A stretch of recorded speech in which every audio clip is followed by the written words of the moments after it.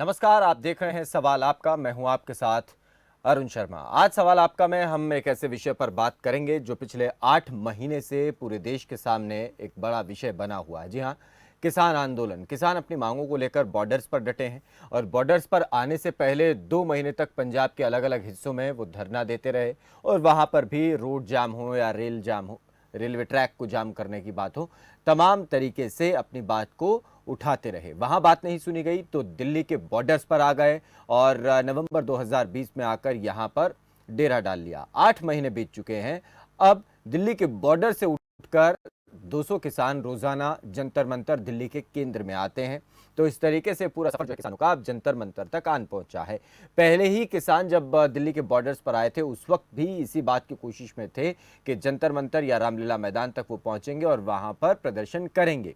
लेकिन अब एक बड़ा सवाल यह है कि जिस तरीके से किसान यहां पर आकर पहुंचे हैं, क्या इससे उनकी आवाज अब सरकार तक पहुंच जाएगी? ये सबसे बड़ा सवाल। और इसी के साथ कुछ और सवाल जो खबर फास्ट उठा रहा है उसकी बात करेंगे। दरअसल सरकार के को अपनी बात पहुंचाने के लिए और सरकार के कानून तक अपनी आवाज पहुंचाने के लिए लगातार वो प्रदर्शन कर रहे हैं, लेकिन जंतर मंतर पर आकर क्या सरकार के कानून तक आवाज पहुंचेगी? क्या किसान संसद से किसानों के मुद्दे हल हो जाएंगे या फिर 15 अगस्त को जो किसानों ने दिल्ली कूच का ऐलान किया है उस ऐलान के बाद सरकार की सतर्कता या किसानों की का डिसिप्लिन जो है प्रदर्शन को लेकर वो बरकरार रहेगा? ये भी बड़ा सवाल है क्योंकि 26 जनवरी को हमने तमाम परिस्थितियों को देखा था। इसके अलावा जब तक बात होगी ही नहीं, क्या समस्या का हल हो सकता है? ये सबसे महत्वपूर्ण बात है। और बात कहाँ रुकी हुई है, किस वजह से रुकी हुई है, ये इसी बिंदु पर और इसी सवाल के साथ आज ये चर्चा हम करेंगे। हमारे टेलीफोन नंबर फ्लैश हो रहे हैं, आप भी इस चर्चा का हिस्सा बन सकते हैं। सीधे तौर पर आप हमारे साथ जुड़ सकते हैं, फोन कॉल के जरिए आप हमें फोन करें। हमारे टेलीफोन नंबर फ्लैश हो रहे हैं आपके टेलीविजन स्क्रीन पर। इनमें से किसी भी नंबर पर आप हमें फोन मिला करके अपनी बात रख सकते हैं। अपना कोई सवाल आप पूछना चाहते हैं वो पूछ सकते हैं। आपका सवालों का जवाब देने के लिए हमारे साथ भारतीय जनता पार्टी के प्रतिनिधि और किसानों के प्रतिनिधि दोनों ही जुड़ेंगे और उनसे हम चर्चा को भी आगे बढ़ाएंगे और जानने की कोशिश करेंगे कि अब जब बात अभी तक बनी नहीं तो जंतर मंतर पर धरना देने से या यहाँ पर संसद चलाने से क्या बात सुन ली जाएगी? किसानों का आत्मविश्वास क्या कहता है, आगे की नीति क्या कहती है, ये भी हम जानने की कोशिश करेंगे। तो हमारे टेलीफोन नंबर लगातार आपकी टेलीविजन स्क्रीन पर फ्लैश हो रहे हैं। इनमें से किसी भी नंबर पर आप हमें फोन जरूर करें और हमें बताएं कि आप इस विषय के बारे में क्या सोचते हैं और कैसे सोचते हैं। हमारे साथ भारतीय जनता पार्टी से प्रदीप भटनागर जुड़े हैं और किसान प्रतिनिधि भी हमारे साथ कुछ देर में जुड़ेंगे, उनसे बात करेंगे। पहले प्रदीप जी आपसे बात करते हैं, आपका स्वागत है। प्रदीप जी, सबसे पहले यही बात, यही सवाल, संसद चल रही है लेकिन चलने दिया नहीं जा रहा, हंगामे की भेंट चल रही है। मसला हो सकता था ये, उसमें किसान आंदोलन को लेकर या किसानों की बात को लेकर चर्चाएं हो सकती थी, महंगाई का मसला था और तमाम मसले थे, लेकिन पूरे तरीके से संसद हंगामे की भेंट चढ़ गई है। दूसरी तरफ किसान जंतर मंतर पर अपनी पैरेलल संसद चला रहे हैं और वहां पर रोजाना कोई ना कोई एक किसान जो है वो डमी कृषि मंत्री बनता है और फिर इस्तीफा देकर के जाता है कि वो किसानों के मसलों को हल नहीं कर पा रहा है। इस बात से वो एक संदेश देने की कोशिश करते हैं। भारत सरकार क्या और किस तरीके से इस विषय को आगे देख करके चल रही है? खास तौर पर सरकार का अब आगे कदम क्या रहेगा? क्या जो चल रहा है किसानों की तरफ से वो ऐसे ही चलता रहने दिया जाए? इस नीति पर सरकार काम कर रही है। बहुत अच्छा रखा विषय और आपने बहुत अच्छा विषय दिया। लेकिन आपको पता है, इस समय जो किसान है वो खेत के अंदर है और सबको पता है अच्छी तरह। मैं नहीं, जितने भी हमारे यहाँ भारतवर्ष के अंदर इलेक्ट्रॉनिक मीडिया है, छोटे चैनल हो चाहे जिले के चैनल हो, सब किसानों को विषय को लेकर बहुत चिंतित है और बहुत लोगों ने किसानों के गाँवों में जाके, खेतों में जाके तक इंटरव्यू करे और दिखाया कि देखो किसान खेत में काम कर रहा है और राजनीति करने के लिए बॉर्डर में दिल्ली गिर के बैठे। ये सब दिख रहा है सामने। और आप देख लीजिए, जिनके गोद में बैठ के ये उछल रहे थे किसानों के नेता, वो देख लीजिए पार्लियामेंट में इनकी बात नहीं कर रहे, इनके विषय में चर्चा नहीं करना चाहते। अगर अब चर्चा करना चाहते तो बैठना नहीं चाहते। ठीक अगर है आप प्रदीप किसानों जी, के हितैषी बन के अगर पार्लियामेंट में मैं बैठे हो और आप उनको एक चीज प्रदीप जी, आपने अपना जवाब जिस पॉइंट से शुरू किया है, मुझे लगता है कि उसके बाद तो मेरे चर्चा और ये विषय रखना कहीं ना कहीं बेमानी हो जाएगा जब तक मैं उस बात को क्लियर ना कर लूं या जान ना लूं, समझ ना लूं। आपने कहा कि किसान नहीं है, सीधे तौर पर आप ये कहना चाह रहे हैं क्योंकि किसान तो खेत में है। ठीक है, कोई भी व्यक्ति आप मान करके चलें कि सभी जब भी कोई भारतीय जनता पार्टी या कोई भी पार्टी कोई प्रदर्शन करने जाती है तो सभी कार्यकर्ता वहां पर पहुंच जाएं, ऐसा तो नहीं होता। वहां पर कुछ प्रतिनिधि होते हैं, कुछ नेता होते हैं और कार्यकर्ता एक बड़ी संख्या में पहुंचकर अपना दलबल दिखाने की कोशिश करते हैं। लेकिन देश भर में करोड़ों सैकड़ों कार्यकर्ता होंगे, बीजेपी के सबसे बड़ी पार्टी है दुनिया की, तो सभी लोग तो एक जगह नहीं पहुंच जाते हैं ना। तो इसीलिए क्यों नहीं आप ये मान करके चलते हैं कि किसानों के प्रतिनिधि हैं, इनसे बात कर लेते हैं, और जब आप बात करने की उनसे बात करते हैं तब आप ये क्यों नहीं कहते कि भाई ये तो किसान है नहीं, हम तो इनसे बात ही नहीं करेंगे, आप ये भी नहीं कहते हैं। तो यहां पर ये बात थोड़ी सी अटपटी लगती है और थोड़ी पेचीदा हो जाती है समझने में कि आप उनको जब किसान मान ही नहीं रहे हैं तो क्यों नहीं वहां पर बल का प्रयोग करें और उनको हटाएं। ठीक है सर। बिल्कुल सही कहा। हाँ देखिए, आपने अगर पार्टी से जोड़ के देखते हैं, हम लोग पार्टी से जोड़ के देखते हैं, अगर जहाँ किसान लिखा आया था ना, जी, किसान संयुक्त मोर्चा या किसान मोर्चा, हाँ, और जो बच्चे फौज में हैं वो भी किसान के ही है और वो भी किसान है। बड़ा फर्क है चीजों में। आपने बिल्कुल एक राजनीति से जो जोड़ के आपने जो किसानों को बताया वो बिल्कुल सही, आपका बिल्कुल आपका आकलन सही है और मैं इसका समर्थन करता हूँ। अगर किसान होते तो किसान शायद ट्रैक्टर लेके 26 जनवरी को जाते, ऐसे 15 अगस्त की थ्रेडिंग नहीं देख करते। अगर 15 अगस्त को झंडा फहराने के लिए ये ना कहते कि भाई जहां 15 अगस्त का झंडा फहराने नेता आएगा उसको हम काले झंडे दिखाएंगे। अरे यार, किसान का बच्चा जिसने बलिदान देके देश की सुरक्षा और रक्षा करता है और जिसके हर परिवार ने स्वतंत्रता के लिए, भारतवर्ष की स्वतंत्रता के लिए बलिदान दिया, अगर वो परिवार और वो किसान अगर ये शब्द कहे कि 15 अगस्त को काले झंडे दिखाएंगे, तो अगर कोई झंडा फहराएगा तिरंगा तो वो नेता हो। आप देखिए ना किस चीजों में बड़ा फर्क है ना। तो फिर 11-12 दौर की बातचीत किसके साथ अरुण हुई? जी, ये लैंग्वेज किसकी है? नहीं वो राजनीति। सर, वो मैं उस बात में जाता ही नहीं हूँ कि वो किसकी मैं सिर्फ ये जानना चाह रहा हूँ सर, जब फिर आप मानते हैं कि किसान नहीं है ये, हुड़दंगी हैं, ये सब लोग वो हैं जिनके जिनके नुमाइंदे अब संसद को चलने नहीं दे रहे हैं या हंगामा कर रहे हैं, तो फिर क्यों नहीं इनके ऊपर बल प्रयोग करके उनको हटा देते हैं? किसान तो ये है नहीं। और फिर बात 11-12 दौर की बात आप लोग किन से कर रहे थे? आप लोग किसानों के भेष में जो लोग आए हुए थे, आप उनसे बात क्यों कर रहे थे? फिर आप बार बार क्यों बात हुई? देखिए अरुण जी, जब ये शुरुआत इसकी हुई थी उसमें सबसे बड़ा नेतृत्व पंजाब का, बहुत बड़ा नेतृत्व हरियाणा का। इधर से आए हमारे चौटाला साहब, सॉरी क्या नाम, टिकैत साहब आ गए पश्चिमी उत्तर प्रदेश से, जो यूपी गाजीपुर बॉर्डर पर।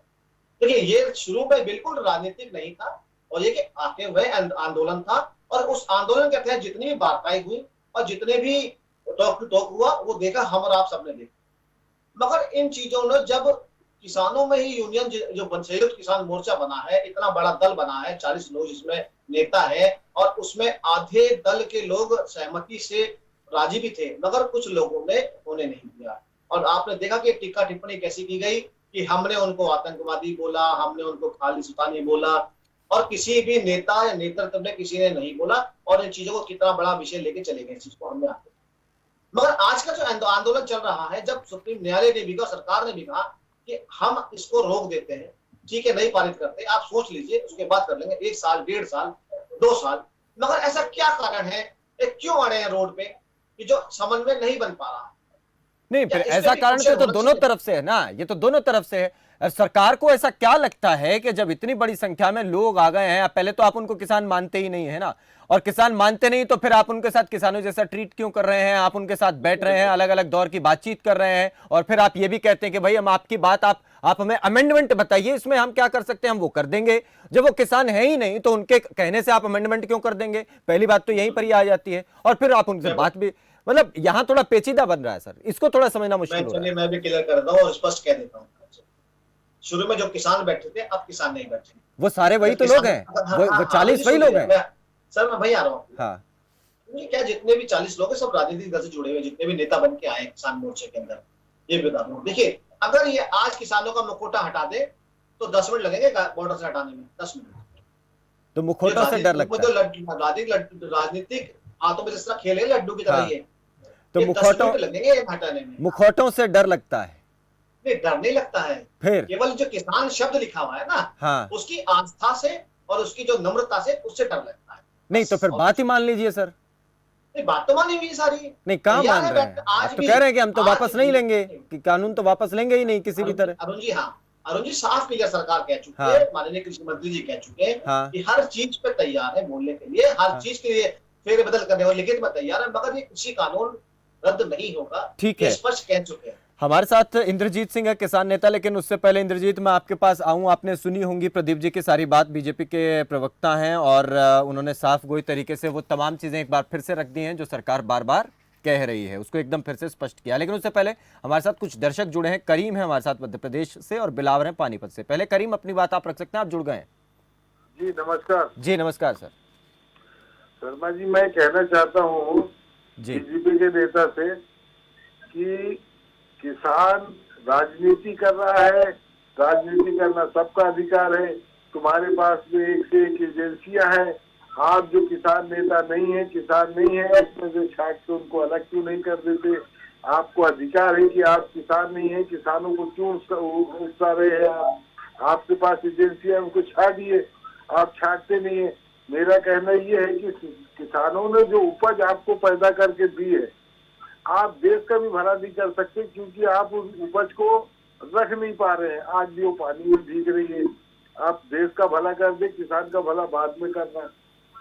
ये बड़ा पॉइंट है कि ये नेता कोई देश का भला नहीं करना चाहते। ठीक है, ये बड़ा पॉइंट है। करीम, बहुत शुक्रिया, आप जुड़े, आपने बात रखी। बिलावर है, बिलावर अपनी बात रख सकते हैं, आप जुड़ गए हैं पानीपत से। नमस्कार जी नमस्कार, बताएं। सबसे पहले तो आपका धन्यवाद कि आपने मेरे को मौका दिया जी। बताइए सर, अपनी बात रखिए। ऐसा है सर, जब कोरोना काल में जल्दबाजी में किसानों पर तीन काले कानून थोपे नहीं सरकार ने, हाँ, तो इस मैं आज जोड़ प्रार्थना करता हूँ बीजेपी सरकार से या बीजेपी सरकार का किसान नहीं बेचते, किसान का अपने खेत में काम कर रहा है। किसान का साथ एक आदमी खेत में है और बाकी आदमी बॉर्डर पे है। हाँ, और फिर मैं बीजेपी सरकार से आज जोड़ प्रार्थना करता हूँ, आपके जिस प्रकार से मधुमक्खी है ना, हेलो, ठीक है, आपकी बात हम समझ गए हैं। मधुमक्खी है नहीं, फूल को बिना नुकसान पहुंचाए शहद बना लेती है नहीं। हाँ, इसीलिए मैं प्रधानमंत्री बीजेपी सरकार से हाथ जोड़ कर प्रार्थना करता हूँ ताकि किसानों को बिना नुकसान पहुंचाए ये काले कानून वापस होना चाहिए। चलिए ठीक है, आपकी बात हम समझ गए हैं। बहुत शुक्रिया दिलावर, आप जुड़े, अपनी बात आपने रखी। प्रदीप जी वो कह रहे हैं कि जिस तरह मधुमक्खी जो है बगैर फूल को नुकसान पहुंचाए वो शहद से ले लेती है, वैसे ही आप भी नुकसान पहुंचाए बगैर कानून वापस ले लें। दूसरी तरफ इंद्रजीत सिंह हमारे साथ जुड़े हुए हैं। इंद्रजीत सिंह, आपसे हम बात करेंगे। अभी प्रदीप जी भी कह रहे हैं और ये बात आप लोगों ने भी बार बार सुनी होगी कि किसान तो खेत में है, अपना काम कर रहे हैं और बम्पर पैदावार हुई, गेहूं की फसल आई, बम्पर तरीके से उस फसल की खरीदी भी हुई। तो फिर अगर किसान आंदोलन में थे, धरने पर थे, तो वहां पर काम कैसे हो रहा था? तो निश्चित तौर पर सीधे सीधे ये माना जाए कि किसान तो खेत में है और जो आंदोलन कर रहे हैं वो किसान नहीं है। नमस्कार जी। जी नमस्कार। आप मुझे देख पा रहे हैं क्या? मुझे आप ठीक से? हाँ जी, हम देख पा रहे हैं आपको इंद्रजीत जी। आप बोलिए, हम सुन भी पा रहे हैं, देख भी पा रहे हैं। मैं ये कह रहा हूँ जी कि अब इनकी बात का तो खैर क्या जवाब दें। कोई सुनते सुनते लोग भी ये हास्यास्पद बातें कर रहे हैं, कुछ कहने को है नहीं, लोगों से कट चुके हैं और जिस रास्ते के ऊपर ये चल रहे हैं उसका कौन सा समर्थन? अभी कह रहे हैं राजनीतिक थे, 40 के 40 आदमी जो वार्ता में जाते रहे, पहले भी वही थे, अब भी वही हैं। पहले वो राजनीतिक नहीं थे, अब वो राजनीतिक हो गए हैं। और सारी की सारी बातें बताने के बावजूद 11 राउंड की बातचीत के बाद कृषि मंत्री कहते हैं हमें ये बता दो इनमें काला क्या है। जब तुम 20 तरीके की अमेंडमेंट मान रहे हो तो निश्चित रूप से वो कानून जो है बुनियादी रूप से कृषि के हक में नहीं है और उनमें बहुत ही बुनियादी खोट पाए गए हैं और वो दोष उन्होंने माना कि वो उनको बदलने को तैयार। तो जो चीज बुनियादी तौर पे गलत है उसके अंदर कुछ संशोधन करने से वो कभी भी ठीक नहीं हो सकती। और ये सबको पता है कि यही लोग फसल काटने भी जाते हैं, फसल काट के वापस अपने बॉर्डरों के ऊपर ड्यूटी के ऊपर भी आ जाते हैं। अच्छा, ये बात पिछले 8 महीने से हाँ, चल रही है, खेत में भी वही है और इधर भी वही है। अच्छा अब उसका इंद्रजीत, तो मैं आपसे एक चीज जानना चाहता हूं। आप हमें ये बताइए, पंजाब से जब उठ करके आए तो हरियाणा के भी किसान हुए, फिर उत्तर प्रदेश से भी, मध्य, कई अलग अलग जगहों से किसान इकट्ठे हुए और अलग अलग बॉर्डर पर धरना लगा दिया दिल्ली में नवंबर में। उसके बाद 8 महीने गुजर गए। अब आप लोग वहां से जंतर मंतर की तरफ आए हैं, संसद भवन से करीब 200 मीटर की दूरी पर पहुंच गए हैं। क्या जो बात धरना स्थल से, दिल्ली के बॉर्डर से आवाज नहीं पहुंच पा रही थी सरकार तक, जंतर मंतर पर संसद चला के किसानों के नाम से वो पहुंच जाएगी, ऐसी कुछ उम्मीद है आपको? उम्मीद का सवाल नहीं, सवाल ये है कि एक जगह संसद चल रही है और किसान संसद मार्ग पे है। हाँ। और संसद मार्ग पे जाके वो एक समानांतर रूप से अपनी बात देश को और दुनिया को बता रहा है और वो सुनी जा रही है। लेकिन अगर मान लो बहरी सरकार हो और फिर भी वो ना सुन पा रही हो, तो निश्चित रूप से ये मतलब दुर्भाग्यपूर्ण है कि आप इस देश के अन्नदाता की बात तक सुनने को तैयार नहीं है। नहीं, वो तो उन्होंने, इंद्रजीत जी, वो तो सरकार ने साफ कह दिया ना, कृषि मंत्री साफ कह रहे हैं कि आप कृषि कानूनों को वापस लेने की बात को छोड़कर किसी भी विषय पर आप बात करें, हम तो बात कर लेंगे, संशोधन आप बता दीजिए, वो संशोधन हम कर देंगे आपके अनुसार, लेकिन कानून वापस नहीं होंगे। और आप इधर से कह रहे हैं कि भाई कानून वापस किए बगैर हम जाएंगे नहीं। क्लिंच हो गया है, ये क्लिंच हो गया, ऐसा टूटेगा कैसे? नहीं, क्लिंच नहीं हुआ ना। वो जो कह रहे हैं कि कानून वापस लेने के अलावा कुछ भी बता दो, और हम ये कह रहे हैं कि कानून वापस लिए बगैर कुछ भी हम नहीं मानेंगे। हाँ। तो इसमें कहीं ना कहीं मेरिट डिमेरिट, गुण अवगुण कुछ तो होगा। हाँ। हम ये कहना चाहते हैं, क्या किसानों से पूछ के ये लिए गए थे कानून? नहीं, क्या संसद बहस हुई थी? क्या हाँ। राज्यसभा में मत विभाजन किया गया था? तो आज ये केवल मात्र 3 कानून का सवाल नहीं, सवाल ये भी है कि शासन किस तरीके से चले और देश की कृषि और किसान का भविष्य ऐसे नहीं तय हो सकता कि आप राष्ट्रपति के दस्तखत करवा के अध्यादेश जारी कर दें। ये कोई राष्ट्रीय आपातकाल था क्या? ये पॉइंट तो है। और मुझे लगता है कि मुझे लगता है कि आप लोगों की तरफ से सरकार के साथ जो 11 दौर की बात हुई उसमें बार बार इस बात को आप लोगों ने रखा।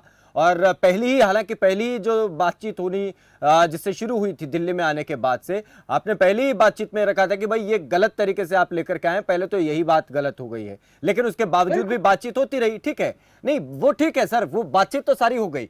लेकिन बात अब यहां पर है ना, आप कहते हैं कि कानून वापस नहीं होंगे तो हम वापस जाएंगे नहीं, यानी आप यही रहने वाले हैं। सरकार कहती है कि भाई कानून तो वापस हम किसी भी सूरत में अब लेंगे नहीं, हाँ इसमें बदलाव की बात जहां तक है वो हम करने को तैयार हैं।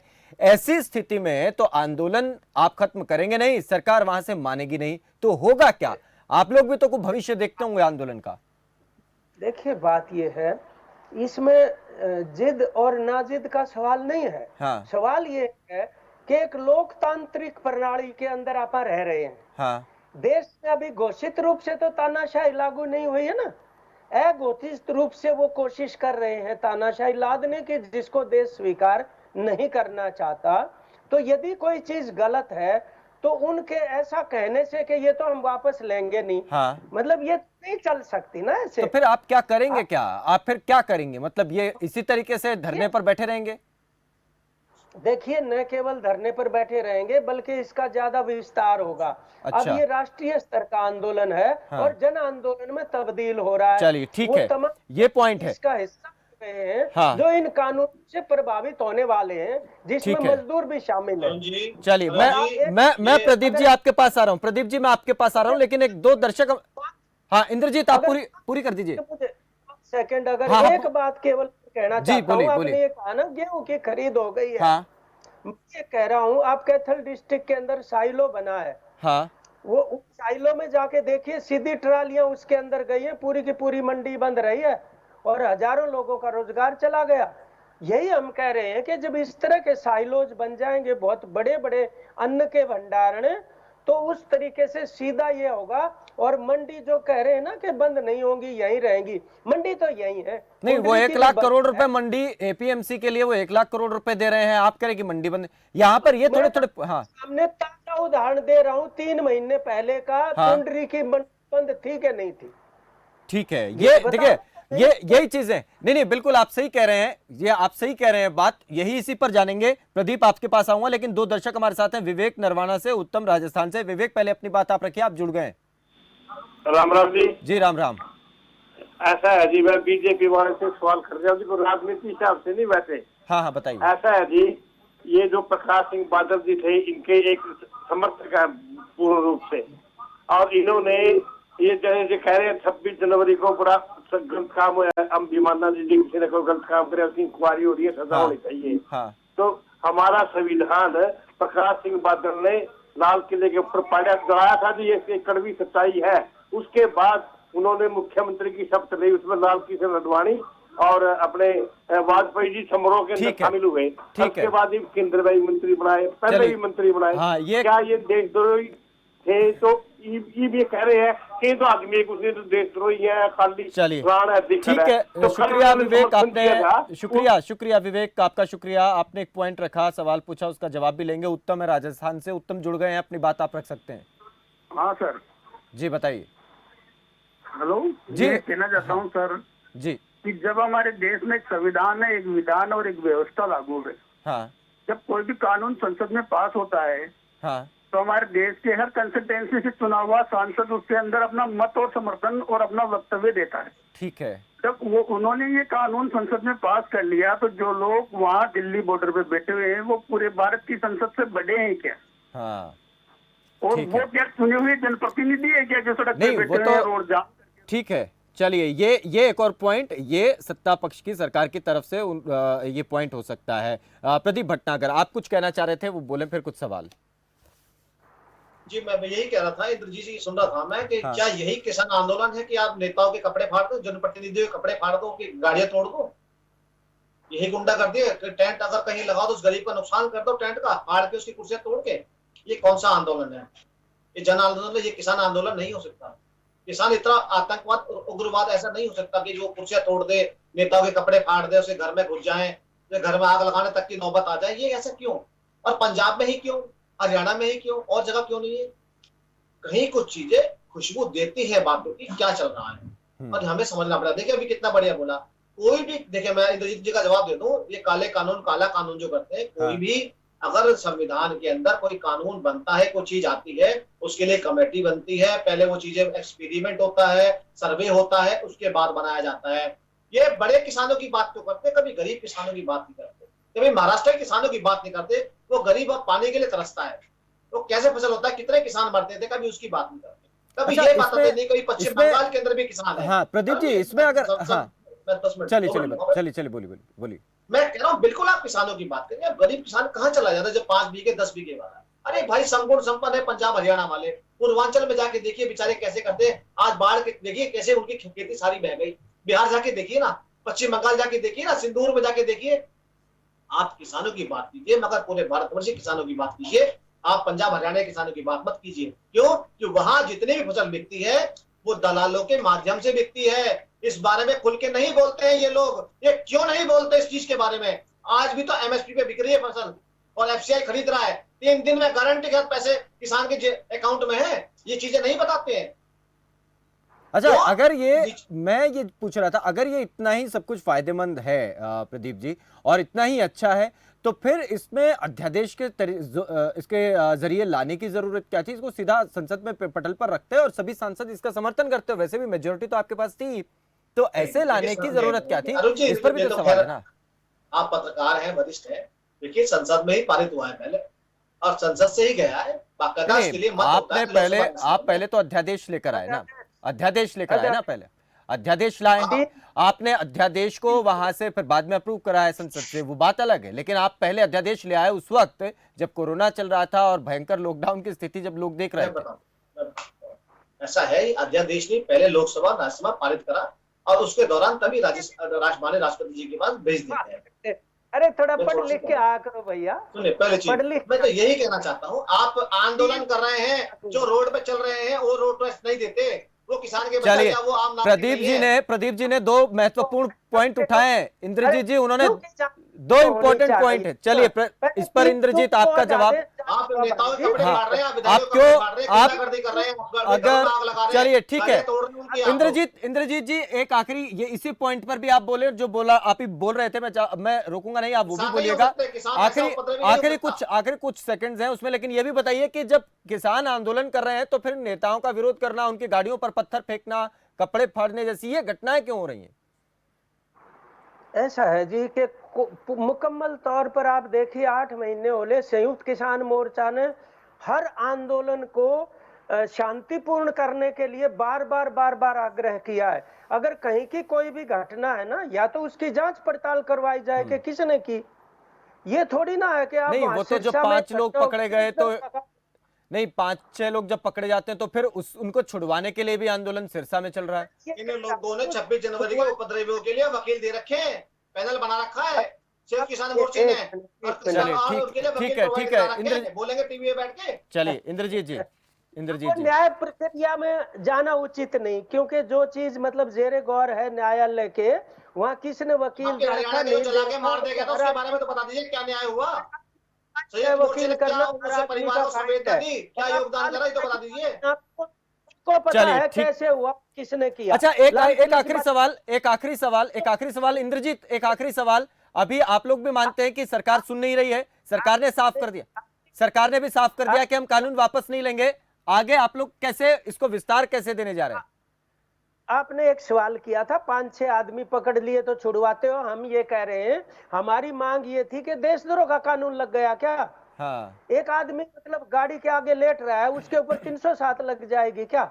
हमारा उनका विरोध था कि आप जो कुछ हुआ है जितना उसी तरीके का आप ठीक उसके है। ऊपर बनाएंगे, और वो अभी भी है। दूसरी ठीक जो है। आप बात कह रहे हो, हाँ। ये निश्चित तौर पर इसका विस्तार होगा, और ये बिल्कुल भी ऐसा नहीं है कि आपका हरियाणा, पंजाब, आंदोलन उत्तर स्वच्छ प्रदेश और है, इसको राजस्थान स्वच्छ का बना के रखिए, केवल उपद्रवी ना बनाइए इस चलिए, आंदोलन को, ठीक मैं है, निवेदन करूंगा आपसे। ठीक है, ये बिहार पॉइंट में है। इनकी हाँ, अपनी सरकार है, और वहाँ कोई मंडी नहीं है। हाँ। 2006 से बिहार में मंडी सिस्टम बंद चलिए है। सर, और बहुत वहाँ शुक्रिया आप दोनों का, प्रदीप भटनागर और इंद्रजीत सिंह, आप दोनों का बहुत शुक्रिया। समय आगे इजाजत नहीं दे रहा है, नहीं तो चर्चा और लंबी हो सकती थी। और हमारे तमाम दर्शकों का भी शुक्रिया जो आप प्रत्यक्ष रूप से जुड़े रहे। लेकिन देखते रहिए, क्योंकि क्लिंच है। किसान कहते हैं हम तो कानून वापस करवाए बगैर जाएंगे नहीं, सरकार कहती है हम कानून वापस लेंगे नहीं। ये क्लिंच टूटता कैसे है, आगे आने वाला समय बताएगा। फिलहाल दीजिए इजाजत, नमस्कार।